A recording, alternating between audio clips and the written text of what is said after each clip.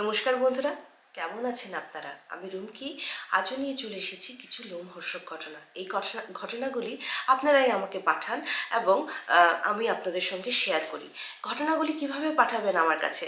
আমাদের দেওয়া হোয়াটসঅ্যাপ নাম্বারে 8011006740 পাঠিয়ে দিতে পারেন, নতুবা আমাদের যে মেইল আইডি আছে kothaigalpo@gmail.com সেখানেও কিন্তু পাঠাতে পারেন। অসমিয়া হোক, বাংলা হোক, হিন্দি হোক, ইংলিশ হোক, লিখে বা ভয়েস রেকর্ডিং করে আপনারা কিন্তু পাঠাতেই পারেন। ফেসবুকে আমার একটি পেজ আছে কথায় গল্প নামে, সেখানেও কিন্তু আপনারা দেখতে পারেন এবং ইনবক্সেও আপনাদের ঘটনা পাঠাতে পারেন। আমি অধীর আগ্রহে বসে থাকি আপনাদের ঘটনার জন্য। সো কাইন্ডলি প্লিজ খুব তাড়াতাড়ি চট করে পাঠিয়ে দিন আপনার ঘটনা। আর চ্যানেলে নতুন হলে সাবস্ক্রাইব করতে ভুলবেন না। সাবস্ক্রাইব করে আমার পাশে থাকুন।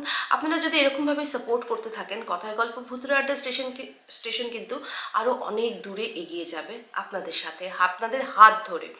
সো সর্বপ্রথম আমি যেটা সবসময় বলে থাকি, আমরা কিন্তু কোনো রকমের কুসংস্কার, অন্ধবিশ্বাসকে প্রশ্রয় দিই না। ঘটনাগুলিকে যদি বিশ্বাসযোগ্য বলে মনে না হয়, অ্যাকচুয়ালি আমাদের তো মেইন মোটো কি, ছোটোবেলায় যে গল্প শুনতাম সেই অনুভূতিটা যাতে একটু হলেও আপনাদেরকে ফিরিয়ে দিতে পারি, এইটুকুনি প্রচেষ্টা আর কি।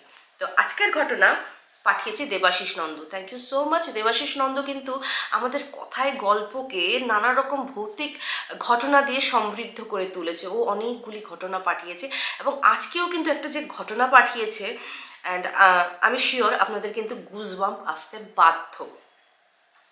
তো ঘটনাটি ঘটেছিল দেবাশিসের খুব একজন নিকট আত্মীয় আঙ্কেলের সঙ্গে।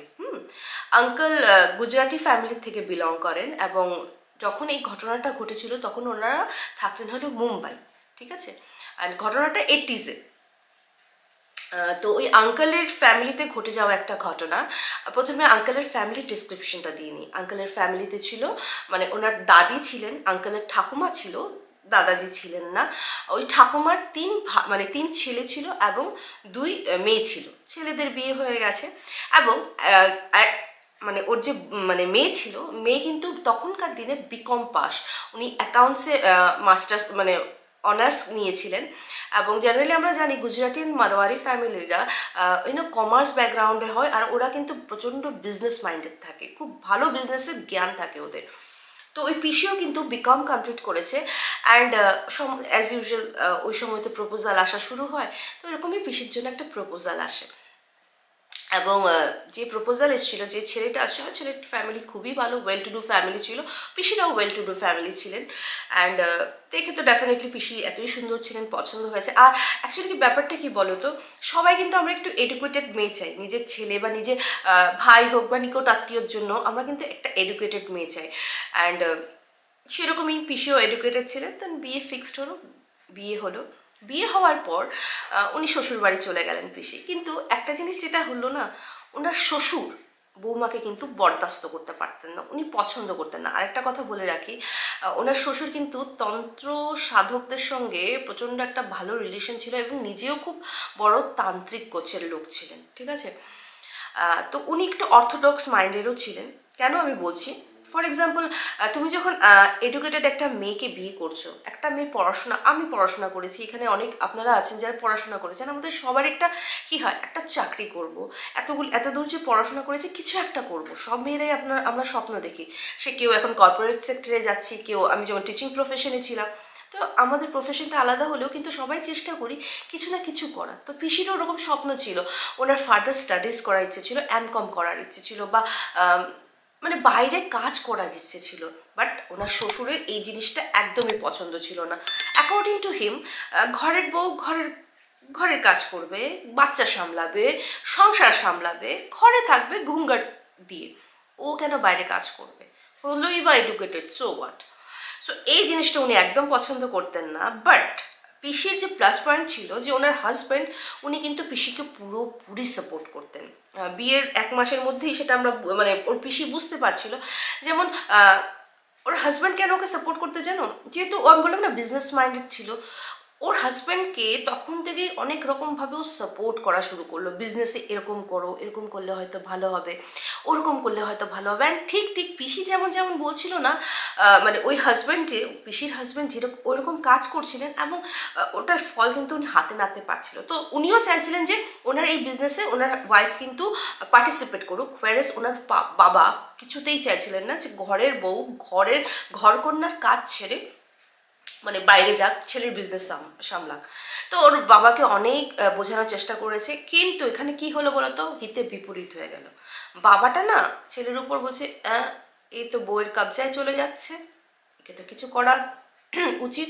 তো না মানে উনি মনে মনে কিছু একটা ভাবতে লাগলেন। সেটা যে কতটুকু ভয়ানক পরিণতি হয়েছিল সেটা মানে ঘটনাটির এন্ডে আপনারা বুঝতে পারবেন। তো কি হলো, বিয়ের 3 মাসও যেতে পারেনি বিয়ে হওয়ার। ওর পিসি যখন ছিল সবার সঙ্গে কথা বলতো, হাসতো, হাসি মজাক, মানে একটা ঘরের বউ যেমন হয় না ওরকমই। কিন্তু আস্তে আস্তে পিসির না বিহেভিয়ারে চেঞ্জ হতে লাগলো। কিরকম, কারোর সঙ্গে কথা বলতো না, একা একা চুপচাপ করে বসে থাকতো। এখন নতুন বিয়ে হয়েছে, পাড়া প্রতিবেশীরা আসবে, আগে যাও বা আগে তো কথা বলতো, আস্তে আস্তে না ও একদম কেমন যেন হয়ে যাচ্ছিল। আশেপাশে মানুষ আসতো, কথা বলতো না, একদম চুপ করে থাকতো, কেউ কথা বললে রেসপন্স করতো না। এতে কি হচ্ছিল, মানে শ্বশুর বাড়ির লোক একটু বিরক্ত হচ্ছিল। তো ইন দ্যাট টাইম ওর পিসির মাইকাতে খবর যায় যে আপনারা আসুন, আপনার মেয়েকে দেখুন। এসছে, আসার পর শ্বশুর মশাই বললেন যে আপনার মেয়ে কীরকম, কোনো শিক্ষা দীক্ষা দেননি, পাড়া প্রতিবেশীরা আসে, সোসাইটির কত মানুষ আসে, ও কথা বলে না, মুখ চূড়া হিসাবে বসে থাকে, আমাদের মান সম্মান কাটা গেল। হ্যাঁ, তখন ওর মানে তখন আছে ওর শ্বশুর বাড়িতে, মানে মেয়ের শ্বশুর বাড়িতে যায় ওই গৃহকর্ত্রী যে দাদি ছিলেন, মানে এই আঙ্কেলের দাদি যে বললাম, দাদি অ্যান্ড ওনার 3 ছেলেই যায়, যেহেতু বোনের শ্বশুরাল। তো বলছে যে দেখুন বিআইন মশাই, আমার মেয়ে তো এরকম ছিল না, হয়তো দেখুন নতুন মাহলে এসছে, আমাদেরকে ছেড়ে এসছে, মেবি হয়তো আমার মেয়েটা ওটার জন্য উদাস, হয়তো এক্সপ্রেস করতে পারে না। ঠিক আছে, আমি কয়েকদিনের জন্য নিয়ে যাচ্ছি, দেখি আমার মেয়ে হয়তো নিজের চিরাচরিত পরিবেশ পেলে ঠিক হয়ে যাবে, আপনি চিন্তা করবেন না। তো বলছে হ্যাঁ হ্যাঁ নিয়ে যান। আর এদিকে জানো তো, আমরা যেরকমই পরিস্থিতিতে থাকি, শ্বশুর বাড়িতে যখন নিজের মাইকা বা বাবার বাড়ির লোককে দেখি আমরা কিন্তু প্রচণ্ড খুশি হয়ে যাই, তাই তো? মানে কি বলবো আর কি, জড়িয়ে ধরি, মা বাবা গেলে তো কথাই নেই। পিসিটা জানো তো, মানে ওদেরকে দেখেও না কেমন মানে মানে আপসেট হয়ে বসে রয়েছে, কোনো কোনো উৎসাহ নেই, কোনো কিছু নেই যে ঘরের মানুষ এসছে খুশি হবে, কোনো রকম রিয়াকশন নেই। তো ওকে এরকম করে নিয়ে এসছে। নিয়ে আসার পর আর কি সবাই ভাবছে ঠিক আছে চলো, বিয়ের পর তো একটা মাহল চেঞ্জ হয়ে যায়, হয়তো ওটার জন্য পিসি এরকম করছে। তো ওদের না সবার, যেহেতু বললাম ওয়েল টু ডু ফ্যামিলির থেকে ছিল, প্রত্যেকজনের মানে সিঙ্গেল সিঙ্গেল রুম ছিল, পিসিরও একটা বরাদ্দ রুম ছিল, অ্যান্ড ভেরি রিচ ফ্যামিলির থেকে ছিল ওরা। সো 1-2 দিন যাওয়ার পর লিভিং রুমে না ওদের ডাইনিং টেবিল ছিল অ্যান্ড একটা ঝুলা ছিল। আর মেইনলি ঝুলাতে ওই যে গৃহকর্ত্রী মানে দাদির কথা, ওই ঘরে কিন্তু দাদির কথায় উঠবস হতো সবাই, মানে যেহেতু ওর দাদাজি ছিল না, তো দাদি এভরিথিং হ্যান্ডেল করতো, ছেলে বউ মেয়ে সবাই কিন্তু দাদির কথা শুনতো, বাচ্চারা অলসো। সো ওই ঝুলাতে যখন দাদি এসে বসতো না, ওই ঝুলাতে কিন্তু কেউ বসতো না। জেনারেলি দেখবে এরকম ট্রেডিশন কিন্তু আমাদের বাড়িতেও, বাঙালি ফ্যামিলিতেও আছে। ফর এক্সাম্পল আমার শ্বশুর বাড়িতে যেমন দেখেছি বা আমিও করেছি, আমার শ্বশুর যদি চেয়ারে বসেন, আমি কিন্তু ওনার সামনে কোনোদিনও চেয়ারে বসিনি। বা কাকা শ্বশুররা যদি খাটে বসতেন, আমি কিন্তু সম্মানের খাতিরে দাঁড়িয়ে থাকতাম, ওনাদের সঙ্গে কিন্তু পাশে আমি বসতাম না, বা চেয়ার থাকলে বসতাম না। এটা আমরা ছোটোবেলার থেকে শিখেছি যে বড়রা যদি চেয়ারে বসে, ছোট যেহেতু আমরা, অন্য চেয়ারে বসা উচিত না। তো ওই ওদের একটা ট্রেডিশন ছিল যে যেহেতু ঝুলাতে দাদি বসে, তো দাদি যখন বসবে ওর সঙ্গে কেউ বসবে না, বা দাদি যেমন ওইটার মধ্যেই, মানে ওই ঝুলার মধ্যেই উনি খান, লাঞ্চ করেন, ব্রেকফাস্ট করেন, তো ওই সময় ওরা ডাইনিং টেবিলে বসে খায় এবং দাদি ওই ঝুলাতে বসে খায়। তো 2 দিন পর পিসি বেরিয়ে ওই ঝুলার মধ্যে এসে বসছে। বসছে কিভাবে, ওই আগের দিনে সেঠানিরা যেমন বসতো না, একটা পা উঁচু করে হাতটাকে এরকম করে, হ্যাঁ এরকম করে বসছে, একটা পা নিচে আর এরকম করে দোল খাচ্ছে। সবাই তো স্ট্রেঞ্জ, বিকজ এই বাড়ির মেয়ে বউরা না এরকম কোনোদিনও আচরণ করতো না, মেয়ে সুলভ আচরণ করতো, সোফিস্টিকেটেডভাবে আচরণ করতো, ওয়েল ম্যানারভাবে আচরণ করতো। এরকমভাবে কে বসে রে বাবা। তো ওরকম মানে আছে না, এই আগের দিনে মানে আগের দিনে মানুষরা সেঠানি ওরা ওরকম করে বসতো আর কি। যাই হোক, পরে কেন কেন এই পোস্টারে বসতো পরে তোমরা বুঝতে পারবে। যাই হোক, তো এরকম বসে দোল খাচ্ছে, তো ওর বৌদিরা বলছে এই क्या कर रही है तू, हाँ यहाँ पे तो মাঝি बैठेगी, तुम कहाँ है, तुम क्यों बैठ गई यहाँ पे। ও কিছু বলছে না, ও খালি দোল খাচ্ছে, ঠিক আছে। ওর দাদারাও বলছে যে কি রে, এটা তো মা বসে, তুই কেন বসছিস। ও কিচ্ছু বলছে না। তো এরকম কেওস দেখে না ওর দাদিটা এসছে, এসে বলছে যে কি হয়েছে। তো বলছে যে না এখানে তো আপনিই বসেন, ও বসে গেছে। তো বলছে তা ওকে বসতে দে, এমনি ওর ইয়েটা বুঝতেই তো পারছিস, ও ঠিক না, ওর মেন্টাল কন্ডিশনটা, বসতে দে, আমি এখানে বসে যাব। তো নাস্তার সময় তখন যেহেতু গুজরাটের ফ্যামিলি, ওরা থেপলা নিয়ে এসছে, হ্যাঁ থেপলা খাওয়ার জন্য। তো সবাইকে থেপলা দিয়েছে এবং ওই যে পিসিটাকে মানে বৌদি ননদকে দিয়েছে থেপলা, একটা প্লেটে 2-3টা থেপলা দিয়েছে। তো দিয়ে না এরকম করে বৌদিটা থেপলা, সরি পিসিটা থেপলা দেখেছে, দেখে ওর বৌদির দিকে তাকিয়ে বলছে, মানে ননদ বৌদির দিকে তাকিয়ে দেখছে, এই 2-3টা থেপলাতে আমার কি হবে, তোরা জানিস না ইসে মেরা ক্যা হোগা, ইয়ে তো মেরা পেট কা এক কোণ ভি নেই ভরেগা, মানে একটা কোনাও ভরবে না। তোরা এই কয়েকটা থেপলা দিয়ে কি করতে চাস, এই থেপলা হবে নাকি। তখন না ওরা না একটু অবাক হয়ে গেছে, জেনারেলি ওনার ননদ 2টো থেপলাই খেতে চাইতেন না, ওখানে 3টা দিয়েছে, এরকম করে কথা বলছে যে আরও চাই। তখন ওর দাদি ইশারা দিয়ে বলছে ও যেরকম বলছে ওরকম দিয়ে দাও ওকে। তো ওর বৌদি 7-8টা থেপলা নিয়ে এসছে। তো থেপলা খাচ্ছে খাচ্ছে হঠাৎ তখন বৌদিকে বলছে চায় কাহা হ্যায়, চায় দাও। তো ঠিক আছে ফাইন, ননদ বলেছে, বুঝতে পারছে ওর কিছু একটা তো প্রবলেম হয়েছে, যে এরকম বিহেভিয়ারের প্রবলেম হচ্ছে ওর। তো চা এনেছে, চা এনে দিয়েছে। তো এরকম করে চাটা নিয়েছে, এই ওরকম পোজে বলছে মুঝকো দিয়ে উসকো কন দেগা। তো ওরা না সবাই ভাবছে উসকো কন দেগা মতলব। তো বলছে ওই ভেন্টিলেটারে যে বসে আছে, হ্যাঁ ওদের এখানে একটা ভেন্টিলেটার ছিল, হিন্দিতে বলে ছজ্জা, ছজ্জে কে উপর যে ব্যাঠা হ্যায় উসকো চায় কন দেগা। তো ওরা তো একে অপরের মুখ তাকাতাকি করছে, মানে এখন না ওর একটা লিটারেলি ভয় পাওয়া শুরু করছে। আর ভয়েসটা প্রচণ্ড মোটা গলায়, মানে ওর যে ননদের ভয়েসটা ওটা না। তো অনেক সময় দেখবে পার্সোনালিটি ডিসঅর্ডার হলে, সাইকোলজিক্যাল যদি এরকম পার্সোনালিটি ডিসঅর্ডার হয়, অনেকের ভয়েস চেঞ্জ হয়ে যায়। যেহেতু ওরা শিক্ষিত ফ্যামিলি ছিল, এডুকেটেড ফ্যামিলি ছিল, ওরা কিন্তু এটাকে একটা পার্সোনালিটি ডিসঅর্ডার ভাবেই নিচ্ছিল, মোটা গলা। কিন্তু ও যখন বলছে যে উপর ছজ্জে মে যে ব্যাঠা হয় উসকো চায় কন দেগা, ওরা বৌদিরা কিন্তু ভয় পেয়েছে, দাদারা তখনও ভাবছে যে ডেফিনেটলি ওর আবার ওই পার্সোনালিটি ডিসঅর্ডারের সামথিং কিছু হবে। তখন ওর দাদি আবার ইশারা দিয়ে বলছে যেরকমভাবে বলছে তোমরা ওরকমভাবেই চাটা দাও। এখন চা তো নিয়ে আসছে, বৌদিরা বলছে আমি দেবো না, প্রচণ্ড গরম চা, হ্যাঁ বৌদিরা বলছে আমি দেবো না, আমার ভয় লাগে। 3ও বৌদি ঠেলাঠেলি শুরু করেছে। তখন মানে যেই আঙ্কেলের স্টোরিটা ঘটনাটা বলেছে আমাকে দেবাশিস, ওই আঙ্কেলের যে জেঠু, ও বলছে ঠিক আছে আমাকে দাও আমি দিচ্ছি। এখন দেখো ছাজ্জা বা ভেন্টিলেটার তো ডেফিনেটলি উঁচুতে থাকে, ওটাতে তো আর এমনি করে দেওয়া যাবে না। আমাদের যে সিঁড়ি আছে না, মই বলে সিঁড়ি, ওদের এখানেও ফোল্ডিং সিঁড়িগুলি নিয়ে এসে ওর জেঠু চড়ে ওই ভেন্টিলেটারের উপর গরম ধোয়া ওটা কাপটা চাটা রেখে আবার নিচে নেমে এসে ওই রুমেই ছিল কিন্তু, হ্যাঁ ওই রুমেই ওরা কিন্তু দাঁড়ানো। ওর পিসির চা খাওয়া হয়ে গেলে, মানে ননদটা চা খাওয়া হয়ে গেলে কাপটা রেখে ও চলে গেল। চলে যাওয়ার পর দাদি বলছে এই তো চলে গেল, এখন আর কাপটা ওখানে রেখে কি হবে, ওর তো মানে ভীমরতি ধরেছে, বলেছে গরম চা দিতে, জাস্ট 1 মিনিটের মধ্যে কিন্তু কথা। হ্যাঁ তো চাটা নিচে নামিয়ে নিয়ে আসো, ওখানে তো আর কাপ রেখে লাভ নেই, হ্যাঁ এখানে কে খাবে, ওর পাগলামি ধরেছে, তো ওর মতে একটু চলতে হবে যাতে ওকে কুল রাখা যায়। তো আবার ওই তখন পিসুর বাবা উঠেছে, পিসুর বাবা বা জেঠা উঠেছে, ওই ছেলেরাই উঠেছে, মেয়েরা যাবেই না বলে দিয়েছে। উঠে ও যখন মানে কাপটা নিতে যাবে না, ওখান থেকে চিৎকার, বলে ইয়ে कैसे हो गया, হ্যাঁ মাম্মি মা ইয়ে कैसे हो गया। তো ওর মা বলছে কি হয়ে গেছে, বলছে আমি মাত্র দিলাম এত গরম চা, তুমি বিশ্বাস করবে না চাটার মধ্যে না একটা ড্রপও চা পড়া নেই, অথচ ওরা কিন্তু ওই রুমে ছিল, ভেন্টিলেটারের মানে ভেন্টিলেটারে দিয়েছে, জেনারেলি ফ্লোর থেকে তো অনেকটা উঁচু, তো এখানে হাত পৌঁছানোর উপায় নেই। পশু পাখি কি করে খাবে এত গরম চা, জাস্ট 1 মিনিটও হয়নি, যেটা আমি বারবার বলছি পসিবল না। যদি পাখি খেতেও তর্কের খাতিরে, তো আশেপাশে তো চায়ের ড্রপলেটস পড়তো, পুরো শুষে নেবে। ইভেন আমরা অনেকের দেখবে, আমার তো হ্যাবিট আছে চা খাওয়ার পর একটু চা কিন্তু আমি তলানিতে ছেড়ে দিই, কারণ ওখানে দেখবে ব্ল্যাক একটু মানে চায়ের যে ইনগ্রিডিয়েন্ট মানে ইয়েগুলি থাকে, পার্টিকেলসগুলি থাকে, ওগুলি পড়ে থাকে, তো আমি খাই না। ওইটা অবধি চেটে চুচে চেটে পুটে যেমন চায়ের কাপটা শেষ। তো নামিয়ে আসার পর সবাই দেখে, তখন কিন্তু ওরা লিটারেলি প্রচণ্ড ভয় পেয়ে গেল যে এটা তো ইউজুয়াল থিং হচ্ছে না।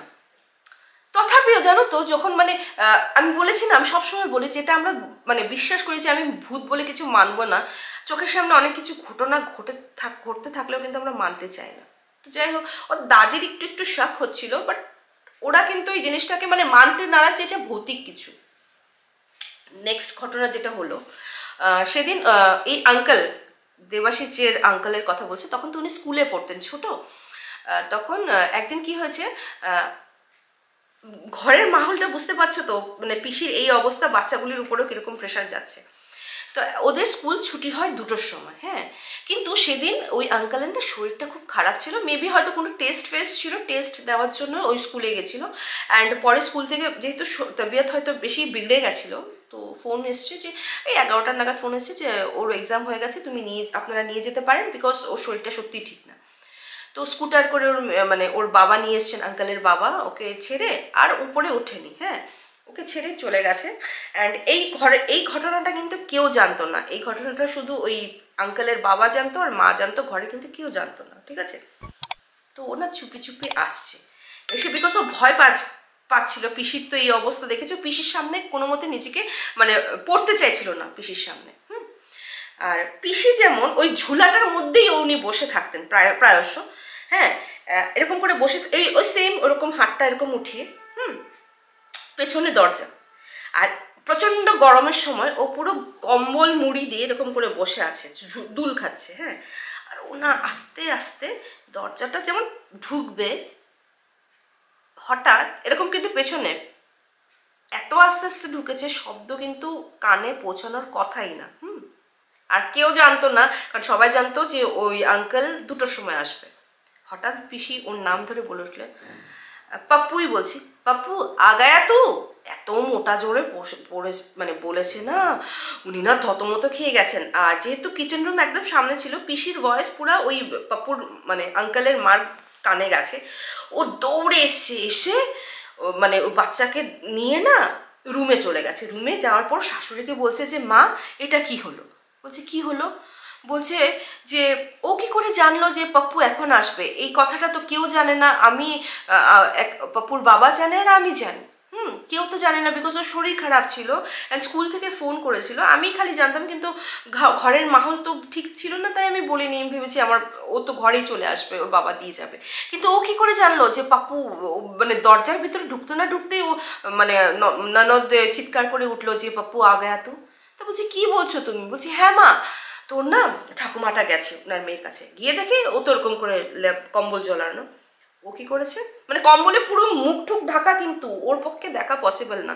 ঠাকুমা প্রথমে একটা কম্বল সরিয়েছে, দেখে আরেকটা কম্বল, ওই কম্বল সরিয়েছে, আরেকটা কম্বল, 3টা কম্বল জড়িয়ে এই গরমের মধ্যে উনি বসে রয়েছে। তখন ওর দাদির পুরোপুরি ডাউট লাগলো যে ডেফিনেটলি কোনো কিছু একটা তো ফিশি হচ্ছে, ঠিক আছে। তারপর এই গেল একটা ইনসিডেন্ট। তো উনি মনে মনে ঠিক করে রেখেছেন যে ঠিক আছে, কিছু একটা করতে হবে মেয়ের জন্য। 3 নম্বর ইনসিডেন্ট যেটা হলো সেটা আরেকটু ভয়ঙ্কর ছিল, যেহেতু ওনার মেয়ে এরকম অবস্থা অ্যান্ড ঘরেরও মাহলটা ঠিক না, তো গুজরাটি সমাজে না প্রসঙ্গ হয়, সম্মিলন হয়, তো এরকম একটা ইনভিটেশন এসেছিল। তো সারা ফ্যামিলি মেম্বার গেছে এক্সেপ্ট ওর ঠাকুমা, মানে দাদি, পিসিটার মা ছাড়া ওরা সবাই গেছে, এবং সেটা লোকাল ট্রেন দিয়ে যেতে হয়। তো ওরা সম্মিলনে গেছে, পিসিটা চুপচাপই ছিল, কোনো কিছু প্রবলেম করেনি, সব কিছু হলো। হওয়ার পর ওরা যখন ফিরে আসছে রাত্র 9টা, আর ওদের যে লোকাল ট্রেনে আসছে, তো যে স্টেশনে নামবে ওই স্টেশনটা রাত্র 9টার সময় সেদিন অতটা ভিড়ভাড় ছিল না, হালকাই ছিল। তা একটা জিনিস দেখবে, যখন ট্রেনটা আস্তে আস্তে স্টেশনের দিকে আসতে থাকে, ট্রেনের কিন্তু গতি একটু একটু করে কমতে থাকে, ঠিক আছে। তো ওরকম করে গতি কমছে, আর সেই ট্রেনে কি হয়েছিল, মেল মেম্বাররা একটা জেনারেল কম্পার্টমেন্টে উঠেছিল, সরি, অ্যান্ড ফিমেল মেম্বাররা লেডিস কম্পার্টমেন্টে উঠেছিল, বিকজ এটা সেফ ছিল। পিসিকে একটা জানলার ধারে বসিয়েছে, বিকজ ওর যেহেতু প্রবলেম আছে, বৌদিরা এই সাইডে বসেছে, মানে ওকে যাতে সেফ গার্ড করা যায়। ইন দ্যাট টাইম 30 সেকেন্ডসের জন্য ট্রেনে কারেন্ট চলে গেছিলো, ঠিক আছে, অনলি 30 সেকেন্ডস, আর ট্রেনটাও থেমেছে, ইন দ্যাট টাইম কারেন্টটাও এসছে। কারেন্ট আসার পর ওরা বৌদিরা ডিসকভার করলো ননদ ট্রেনে নেই। ওরা ধরো লেডিস কম্পার্টমেন্টটা ধরো ওই ড্রাইভারের যে ইয়ে থাকে ওটার থেকে দুটো বগি পরে লেডিস কম্পার্টমেন্টটা ছিল। দেখে ননদ নেই, ওরা তো ভয় পেয়ে গেছে, কারণ ননদের তো মেন্টাল কন্ডিশন ঠিক নয়। পুরো ট্রেন ছান মেরেছে, বাথরুম দেখেছে, ওয়াশরুম দেখেছে, টয়লেট সব দেখেছে যে কোথাও যেতে পারে। ইভেন নিচে বাথের নিচে নিচে করে দেখেছে যে নিচে ঢুকে, যেহেতু মেন্টাল কন্ডিশন ঠিক না, নিচে তো ওরকম করে বসে থাকতেও পারে, নেই কোথাও। নেমে এদিকে তো ওর দাদারা তো টেনশনে, বিকজ ওর জানে বোনের মেন্টাল কন্ডিশন ঠিক না, দৌড়ে লেডিস কম্পার্টমেন্টের দিকে আসছে। তখন ওরাও নেমে না, ওরা তো চিৎকার করছে কাহা গাই।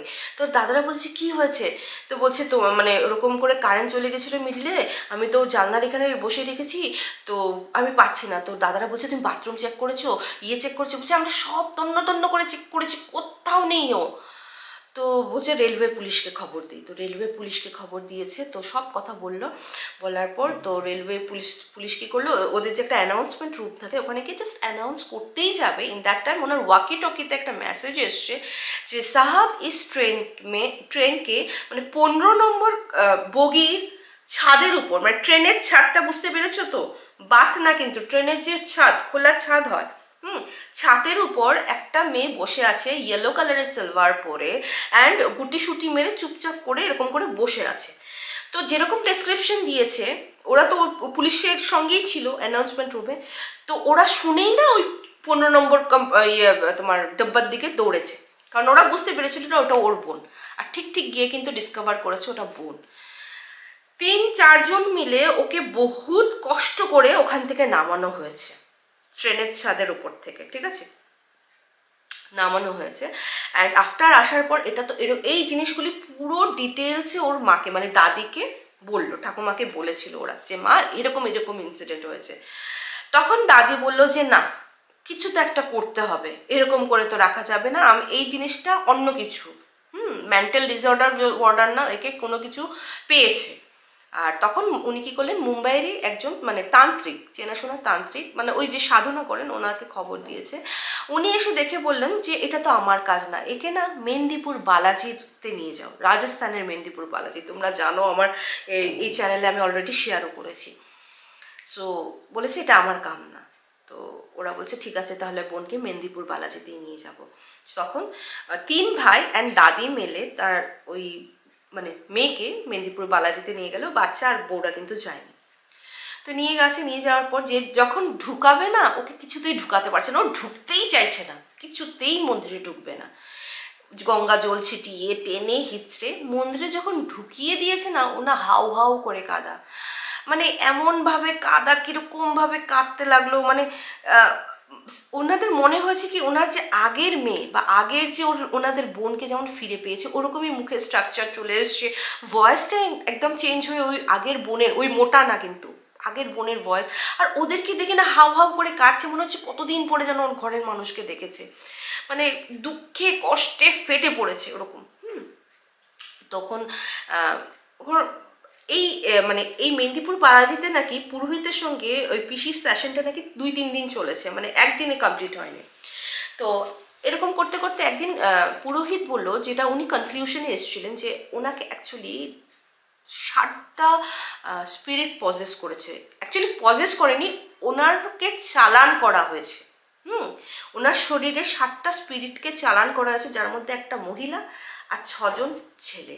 মহিলাটা খুবই দুর্দান্ত, অ্যাকচুয়ালি মহিলাটা হলো বাইজি, এবং ওনাদের শাগির্দ 6 জন ছিল শাগির্দ, যে মহিলাটার কথায় উঠতো বসতো, ঠিক আছে। এরকম 7টা স্পিরিটকে ওর উপর চালান করে দেওয়া হয়েছে। এবং পুরোহিত বলেছে এটা কিন্তু প্রচণ্ড কষ্টকর ওকে ছাড়ানো, প্রচণ্ড কষ্টকর, কারণ যদি বালাজি চান হয়তো উনি মুক্তি পেতেও পারে, আর না হলে হয়তো আমি এরকম কিছু করে দেবো, ও হয়তো কিছু করবে না, এই যে যেমন চা চাওয়া বা তোমাদেরকে ভয় দেখানো বা মোটা গলায় আওয়াজ করা, কিন্তু ও একটু ইন্ট্রোভার্ট হয়ে যাবে, চুপচাপ হয়ে যাবে, তোমরা বুঝতেই পারবে। ও হয়তো আগের তোমার সেই মেয়েকে হয়তো ফিরে পাবে না, কারণ যে জিনিসটা ওর প্রতি চালনা করা হয়েছে, আর যে চালনা করেছে প্রচণ্ড সিদ্ধহস্ত, প্রচণ্ড উঁচু মাপের তান্ত্রিক, ঠিক আছে। এই জিনিসগুলি কিন্তু পুরোহিত বলছে আমি নিজেও কোনোদিনও দেখিনি, যে ওর সঙ্গে যেগুলি হয়েছে। আর এটা উঁচু দলের তান্ত্রিক না হলে কেউ করতে পারবে না। তো মেদিনীপুর বালাজি তো ওই এরকম হলো করে ওকে ঠান্ডা ঠান্ডা করলো। ইন দ্য মিন ওয়াইল কী হলো, এদিকে যে পিসির যে শ্বশুরবাড়ি ওরা কিন্তু তলে তলে ডিভোর্স ওকে দিল। হ্যাঁ, তখন যেহেতু মেয়ের কন্ডিশন এরকম, ওরা তো আর কিছু বলতেও পারে না, প্রুফ তো নেই, তাই তো। তো ও তলে তলে ডিভোর্স হলো সেদিন। তখনকার দিনে ডিভোর্স পেতে, যেহেতু ওরা ওয়েল টু ডে ফ্যামিলি, বললাম প্রচণ্ড মানে ইনফ্লুয়েন্সিয়াল ব্যক্তি ছিলেন, ডিভোর্স পেতে কষ্ট হয়নি বউয়ের থেকে। অ্যান্ড তারপর নাকি ছেলেদের বিয়ে ঠিও ওরকম শুনেছি আর কি, দেবাশিস যেমন আমাকে বলেছে। তো তখন আরেকটা কথা বলেছিলেন বালাজির যে পুরোহিত, উনি বলেছিলেন যে এইগুলি কাজগুলি তো প্রচণ্ড বাজে, এরকম যে চালান করা, একজনের ক্ষতি করা। সো যে করেছে ওর মৃত্যুটা কিন্তু খুব খারাপ হবে, এমন খারাপ হবে ও যখন মরবে না আশেপাশে মানুষও থাকবে না, ওর মরার সময় মানে বলে না কিরে পড়েঙ্গে, ওরকম টাইপের মৃত্যু হবে। অ্যান্ড আফটার ডেথ অলসো বোধ, যখন ওকে জ্বালানো হবে প্রচণ্ড বাজে গন্ধ হবে, যে আশেপাশে কেউ ওর দাহ সংস্কারেও থাকতে পারবে না। অ্যান্ড পিসি যখন দেখো, যখন জন্ম হয়েছে সবাই মৃত্যু হবে, তখন মানে একটা কথা বললো যে এখন তো ওর ঠান্ডা হয়ে যাবে, বাট যখন ওর মানে মৃত্যু হবে, একটা কথা সবসময় তোমরা মনে রাখবে, এর জন্য ইম্পর্টেন্ট দেখে আমি তোমাদেরকে বলছি। যদিও আমি জানি তোমার বোন, তোমার মেয়ে শুনতে খুবই খারাপ লাগবে, কিন্তু ওকে যখন দাহ করবে না, তখন দাহ করার সময় তোমরা যে যারা যাবে শ্মশান যাত্রার সামনে কেউ থাকবে না। সামনে কেউ থাকবে না কেন? কারণ কি, তোমরা তখন বুঝতেই পারবে ওর সঙ্গে ও একা চলবে না, চলবে কিন্তু আরও কয়েকজন যারা ওর শরীরে আছে। অ্যান্ড যেটা আমরা পরে কনক্লুশনে দেবাশিস আমি আসছি যে হয়তো এটার জন্য, কারণ ওরা তো মানে ওর শরীরটা তো পুড়ে যাবে কি, ঠিক আছে যে সামনে যাকে পাবে ওদেরকে পজেস করবে না, ওটার জন্য হয়তো মেদিনীপুরের পুরোহিত আগের থেকেই সাবধান করে দিয়েছে যে ডিউরিং দ্যাট টাইম তোমরা কিন্তু কেউ সামনে থাকবে না। তো মেদিনীপুর বালাজির থেকে আসার পরেও পিসির আর ওরকমভাবে কোনো কিছু যদিও হয়নি, কিন্তু উনি আগের পিসি ছিলেন না, উনি চুপচাপ থাকতেন, থাকতেন। এবং পিসির মৃত্যুর পরেও নাকি যেগুলি বলেছিল না পুরোহিত, ঠিক ওরকম হয়েছিল। অ্যান্ড পিসির শ্বশুর যখন মারা গেছিল, প্রচণ্ড প্যাথেটিক, মানে সত্যি কথা বলতে কি বলে না, ভগবান, তুমি মানুষের চোখে তুমি ধুল ঝুঁকতে পারো, ভগবানের চোখে তুমি ধুল কিভাবে ঝুঁকবে, বা ওনাকে তুমি কিভাবে মিথ্যে কথা বলবে? ভগবান তো সব দেখে, তুমি পাপ করবে, তুমি কি বেঁচে যাবে? কখনো না।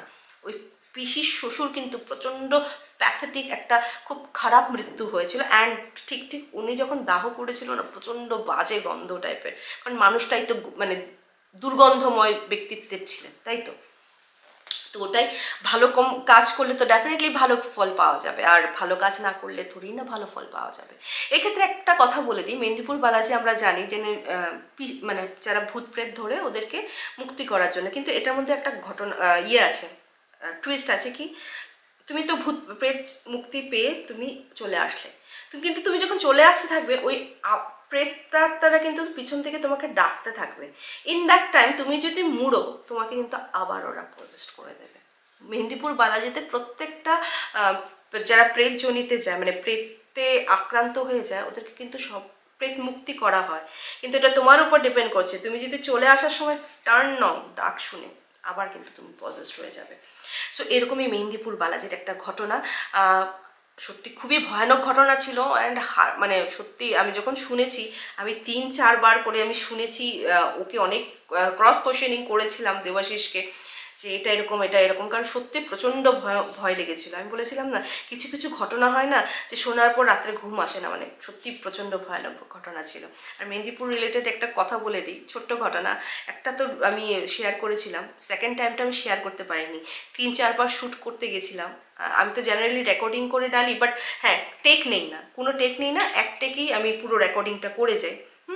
ওর জন্য হয়তো কাশি যখন হয় তখন এক্সকিউজ মি বলে দিই। আমার কিন্তু 4-5 বার আমি রেকর্ডিং করতে পারিনি। রেকর্ডিংয়ে জেনারেলি আমার লাইভে প্রবলেম হতো, বাট রেকর্ডিংয়ে তো জেনারেলি প্রবলেম হওয়ার কথা না, কিন্তু প্রচণ্ড প্রবলেম হতো। তারপরে ভয়ের চোটে আমি আর আমার হাজব্যান্ড ডিসাইড করি যে আমরা ওই ঘটনাটা আর আনবো না, আর ওটা আর আনছিও না।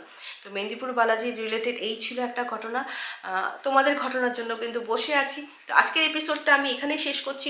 তাড়াতাড়ি সাবস্ক্রাইব করো, আর মানুষের মানে নিকট আত্মীয় যারা ভূতের গল্প ঘটনা ভালোবাসে, সত্যিকারের ঘটনা শুনতে চায়, শেয়ার করতে থাকো সবার সাথে।